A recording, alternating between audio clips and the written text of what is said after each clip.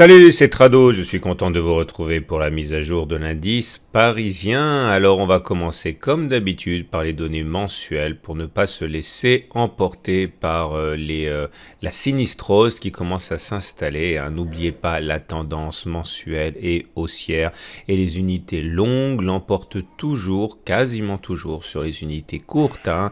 Clairement, la moyenne mobile à 20 mois est toujours montante, le nuage est toujours croissant et on est toujours soutenu par cette oblique descendante, enfin ascendante en bleu, soutenue par la Tenkan, soutenue par la M7. Bref, on a énormément d'éléments qui militent pour une continuation de la hausse. Il sera toujours temps de shorter les indices, de s'inquiéter, plus tard. Pour l'instant, il n'y a rien sur le graphique qui permette d'envisager la fin de la hausse en données mensuelles, pas plus qu'en données hebdomadaires, puisque là aussi, vous le constatez, là, le nuage monte, la M20 monte, on a un non-croisement haussier M7, M20 très puissant potentiellement à condition que l'on fasse sauter le verrou des 5535, on a suffisamment parlé. Il est tout à fait possible que la résistance ne soit jamais franchie, mais on verra lorsque les supports fondamentaux auront lâché. Pour l'instant, on est simplement en train de buter sur une résistance ô combien légitime, puisque c'est la résistance qui nous empêche de progresser, qui fait la frontière entre les niveaux actuels et des plus hauts de 2007. Donc il faut, évidemment, on s'attend à ce que ça coince un petit peu. Bon, alors on va commencer par les fondamentaux, et là encore une fois je suis désolé, je vais pas forcément prêcher pour ma paroisse parce que je suis économiste de formation, mais rien dans l'analyse fondamentale ne me permet de comprendre pourquoi on a abandonné 0,4% aujourd'hui. C'est l'analyse technique qui explique tout. En effet, au niveau de l'analyse des fondamentaux, les marchés US ont inscrit de nouveaux records. C'est une évidence. Nous avons également l'euro qui a baissé, qui a baissé, ce qui aurait dû soutenir, vous le savez bien, les valeurs exportatrices et donc l'indice, et rien ne s'est passé comme prévu. Et pourquoi? Parce que l'analyse technique alertait qu'il y avait des dangers, notamment les fameux 5536 longuement et souvent évoqués. Je ne vais pas revenir là-dessus. C'est le même rempart qu'on a vu sur les unités de temps hebdomadaires.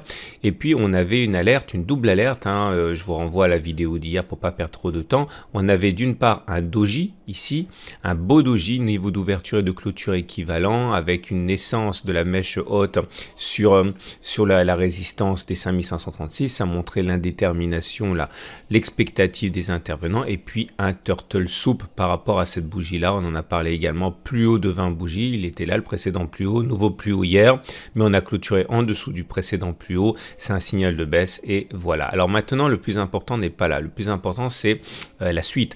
La suite, je vous avais expliqué que suite à un setup Tradobull, c'est-à-dire une bougie entière sans contact du tout avec la Bollinger supérieure, je vous renvoie aux vidéos de la semaine dernière pour le coup, et au tutoriel dans l'article du jour, eh bien on est coincé et on va généralement faire un contact avec la M7, voire la Tenkan, et c'est exactement ce qui se trame, on dirait. La M7 a été touchée, on a eu un rebond, et là effectivement le contact avec la Tenkan semble de plus en plus probable, et je vous alerte sur ce sur quoi je vous ai déjà alerté la semaine dernière, à savoir la similarité des situations entre ce qui se passe actuellement et ce qui s'est passé en octobre-novembre 2007 avec bulle, réintégration des Bollinger, rebond sur la M7, passager, cassure M7, retour Tenkan, retour M20. On y est vraiment là. Bulle, retour M7, doji, cassure M7, Tenkan. Faut pas que la Tenkan casse. Mais en vérité, quelque chose est un peu différent. C'est que là, nous avons un support fort qui est constitué par ce gap qui est âprement défendu par les haussiers, car il peut s'agir pour l'instant toujours d'un gap de continuation qui nous amènerait, vous le savez, vers vers un objectif correspondant au chemin parcouru avant le gap reporté par-delà le gap, à savoir qui nous amènerait vers les 5700. C'est complètement compatible avec les unités longues, mais il ne faut pas boucher ce gap, parce que si ce gap est bouché, eh bien au revoir le scénario du gap de continuation et bonjour le ralliement probable de la moyenne mobile à 20 jours. On y reviendra le cas échéant. Pour l'instant, tant qu'on n'a pas cassé les 5536 à la hausse et tant qu'on n'a pas cassé les 5470 et quelques à la baisse, je vous ai expliqué ça plusieurs fois, on est dans un trading range, on peut faire que de l'intraday. Au-delà, on pourra toujours prendre des décisions plus ambitieuses par la suite. Pour l'instant, on remarquera également que le twist haussier du nuage a eu lieu, mais qu'il est pour l'instant toujours inopérant parce qu'on est bloqué par par les 5536. La tendance est donc haussière au regard de la moyenne mobile à 20 jours, mais plus haussière au regard, toujours pas haussière au regard de l'Ishimoku. On a toujours notre double creux qui est actif, et le double creux qui est actif nous permettrait d'aller chercher les 5428 sans l'invalider, puisque la ligne d'eau elle est là, hein, c'est-à-dire ce qui relie les deux creux aux alentours de 5420. On peut tout à fait envisager un pullback, un throwback sur la ligne d'eau avant de repartir de l'avant. Par contre, hein, le scénario du gap de continuation, lui, serait mort.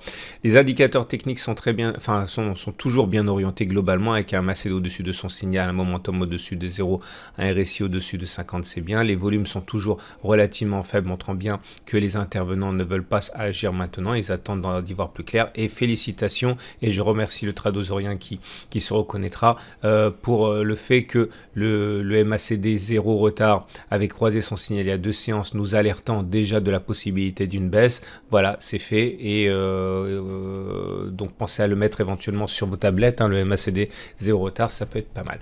Voilà, on bascule du côté de l'intraday, on bascule du côté du plan de trade. Alors, ce qu'il faut surtout remarquer au niveau du plan de trade, c'est qu'il n'y a rien qui a changé depuis pas mal de journées en fait. Hein. On est toujours borné par les 5536 à la hausse. Au-dessus de 5536, on va libérer un potentiel important à mon avis.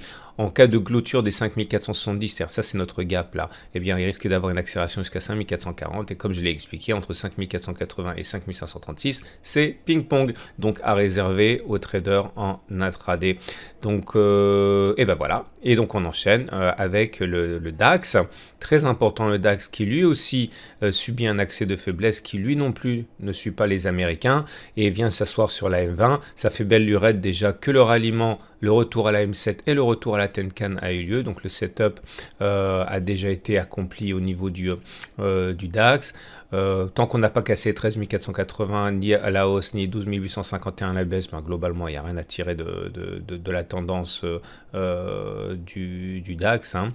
Regardez le Belvin qui finalement rentre dans les rangs avec une cassure de la M7 d'un coup. Le contact avec la Tenkan risque de se produire, et le bémol par rapport à tout ça, c'est ce qui se passe aux États-Unis. Regardez, encore record historique à 0,94 pour ne pas dire 1% pour le SP500, ça ne faiblit absolument pas.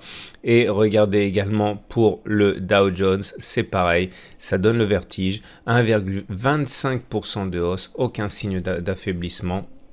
À noter également que ça risque d'impacter quand même au bout d'un moment les indices européens, c'est-à-dire que malgré tout ce que j'ai dit, pour un peu que les marchés décident de suivre les Américains, bon peut-être qu'on risque de rebondir à n'importe quel moment, c'est toujours possible, même si effectivement le scénario que je privilégie, c'est celui que j'ai évoqué. Euro-dollar, je l'ai dit, accès de faiblesse, accès de faiblesse de l'euro qui aurait dû faire monter les cours, il n'en a rien été puisque les cours ont baissé sur le CAC 40. Voilà. Il ne me reste plus qu'à vous souhaiter une très bonne journée, de très bons investissements, et vous avez juste en haut à droite le lien pour regarder ce qu'il y a dans ma formation intégrale si vous voulez progresser en analyse technique. Voilà. À demain pour la mise à jour.